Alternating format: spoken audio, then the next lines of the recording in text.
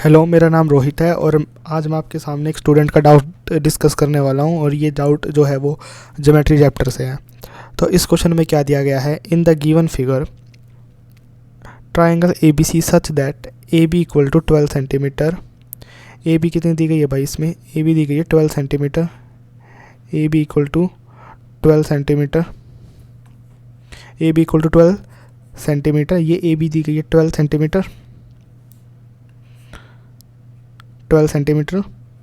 और ए सी दी गई है 16 सेंटीमीटर। ए सी पूरी ए सी कितनी दी गई है 16, ठीक है। और बी सी कितनी दी गई है भाई यहाँ पर 20 सेंटीमीटर। अब आगे क्या दिया गया है, M is the mid point. अब आप है ना इन तीनों को ऑब्जर्व करो ध्यान से। अगर आप 12, 16 और 20 को ऑब्जर्व करोगे ना यहाँ पर, तो आपको क्या मिलेगा कि 12 की पावर 2 प्लस 16 की पावर 2, ये होता है भाई 20 की पावर 2।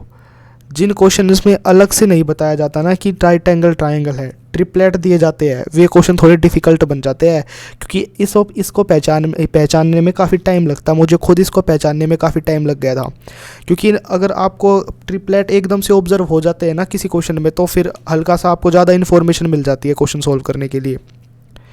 तो ये क्या है, अब आप क्या यहाँ से क्या देख सकते हो, ये बन गए भाई ट्रिपलेट। ये ट्रिपलेट बन चुके हैं। तो अब ट्रिपलेट बन चुके तो ये वाला एंगल क्या होगा 90 डिग्री। ये वाला एंगल कौन सा होगा भाई 90 डिग्री। मैं दूसरे पेन से कर देता हूँ भाई, ये वाला एंगल हमारा हो जाएगा 90 डिग्री, ठीक है। और साथ ही साथ क्या दिया गया है, M is the mid point. M क्या है, M is the mid point of B C. M क्या है, मिड पॉइंट, यानी कि this side is equal to this side. आपने अब ये बताओ एक तरीके से, जब ये मिड पॉइंट हो गए तो 10 हो गई है ना, 20 को 2 भागों में बांटोगे तो 10 और 10 हो जाएगी ये। अब आपने एक चीज़ पढ़ी होगी कि जैसे कि कोई राइट एंगल ट्राइंगल है यहाँ पर, ऐसे करके दोबारा से बनाता हूँ मैं, ये राइट एंगल ट्राइंगल है, ये ए बी सी है, कुछ भी मान सकते हो आप। अगर मैं हाइपोटेनियस के मिड पॉइंट को मिला दूँ, हाइपोटेनियस का क्या है, ये मिड पॉइंट है, इसको किससे मिला दूँ, बी से मिला दूँ, तो ये क्या बी एम क्या बन जाएगी, circumradius. B M is nothing but circumradius C R हो जाएगी। और ये मिड पॉइंट है तो ये बराबर और साथ ही साथ ये भी बराबर हो जाएगी। ऐसे होता है, जैसे कि यहाँ पर 12 दिया गया है, 16 दिया गया है और ये 20 दी गई है, ठीक है। तो यहाँ से ये कितनी हो जाएगी, 10 हो जाएगी मिड पॉइंट एम। तो ये भी बी एम भी क्या होगी, 10 ही होगी, क्योंकि ये सरकम रेडियस है। यहाँ से ऐसे सर्कल बनेगा ना, ऐसे करके ऐसे, तो एक तरीके से तीनों ही क्या बनेगी, इसकी रेडियस। इसलिए तीनों ही चीज़ें क्या होती है, सेम होती है। ये एडिशनल इन्फॉर्मेशन थी जो मैंने आपको डिटेल में समझा दी। आई होप आपको इतना समझ में आया होगा। अब चलते हैं नेक्स्ट कॉन्सेप्ट पे। अब आगे क्या किया जा सकता है इस क्वेश्चन में। अब ये आगे क्या दिया गया है, एम ए ई डी,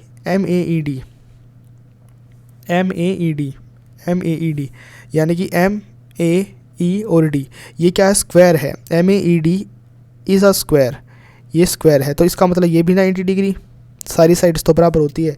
ये भी 90 डिग्री, ये भी 90 डिग्री, सारी की सारी क्या हमारी 90 डिग्री, सारी की सारी हमारी 90 डिग्री है।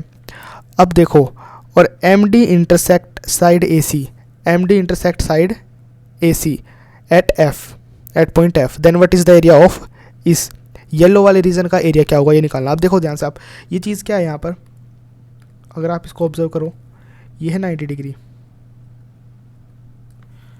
मैं इसको बड़ा कर देता हूँ। अब तो इन्फॉर्मेशन हमने सारी पढ़ी ली क्वेश्चन में।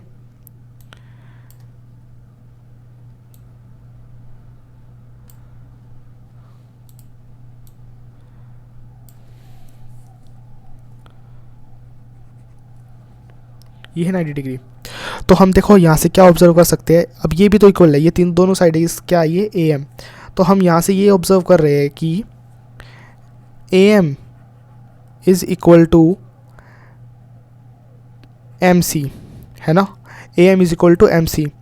तो जब ये दो इक्वल है तो ये एंगल अगर थीटा मैंने मान लिया, दो साइड इक्वल है इस ट्राइंगल की, तो ये वाला एंगल भी कितना होगा भाई, थीटा होगा ना, क्योंकि ट्राइंगल ए एम सी में, त्रिभुज ए एम सी में दो साइड बराबर है तो दो एंगल भी बराबर होंगे।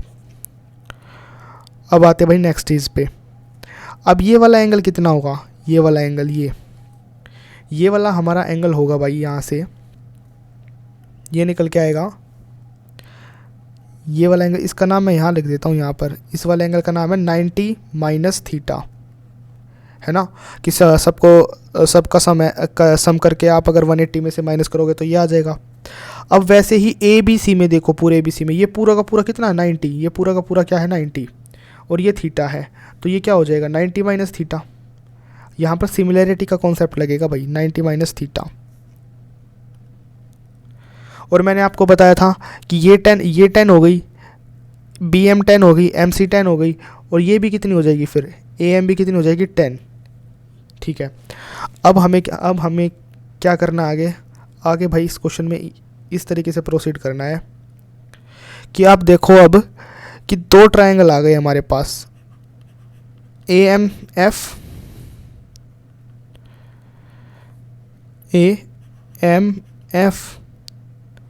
And triangle A B C, दो ट्रायंगल आ गए और ये दोनों ही सिमिलर है क्योंकि सारे एंगल इनके सेम है। तो यहाँ से 90 माइनस थीटा, यानी कि इस एंगल के सामने कौन सा एंगल है, कौन सी साइड है 10, तो 10 अपॉन 90 माइनस थीटा के सामने 10 है, और इस ए बी सी में 90 माइनस थीटा के सामने क्या है 16, इक्वल टू 16। अब ये इक्वल होगा किसके, साइड का रेशियो सेम होता है ना दोनों सिमिलर ट्रायंगल का। अब यहाँ पर 90 डिग्री के सामने क्या है, यहाँ पर 90 डिग्री के सामने आप बोलोगे ए एफ है, और बड़े वाले में यानी कि ए बी सी में 90 डिग्री की, ये रहा 90 डिग्री, इसके सामने क्या है, इसके सामने है भाई 20, यहाँ पर आ जाएगा 20। वैसे ही यहाँ पर थीटा के सामने क्या है एम एफ, और यहाँ पर थीटा के सामने क्या है, ये रहा थीटा, इसके सामने क्या 12 पूरा, ये आ गया भाई। अब हम यहाँ से क्या निकाल देंगे, अब यहाँ से निकाल देंगे वैल्यू 5, इसको काटेंगे 8 आएगा। ठीक है, तो यहाँ से कट पिट कर हमारा ए एफ कितनी निकल के आएगी भाई, ए एफ निकल के आएगी 100/8, 100/8, यानी कि ए एफ यहाँ से निकल के आएगी, ए एफ इक्वल्स टू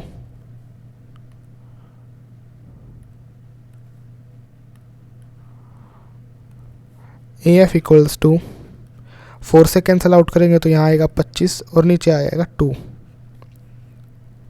तो हमारी ए एफ निकल गई,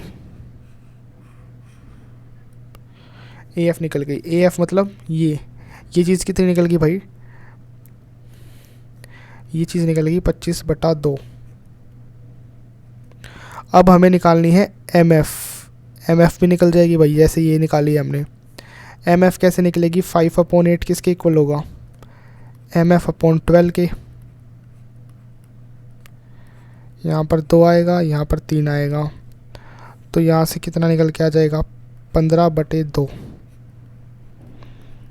बराबर एम एफ।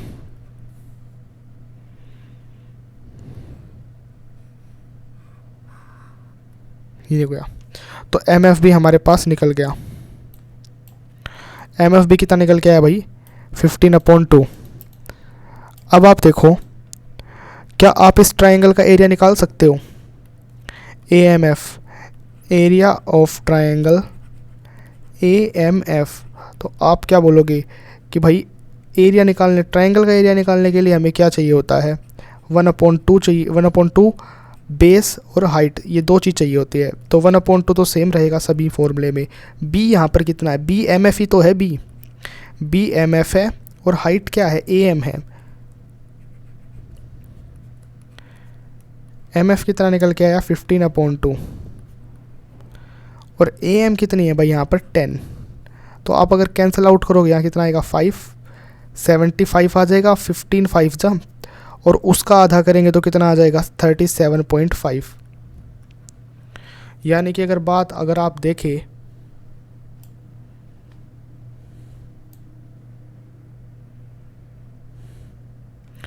यार ये कैसे हिल गया,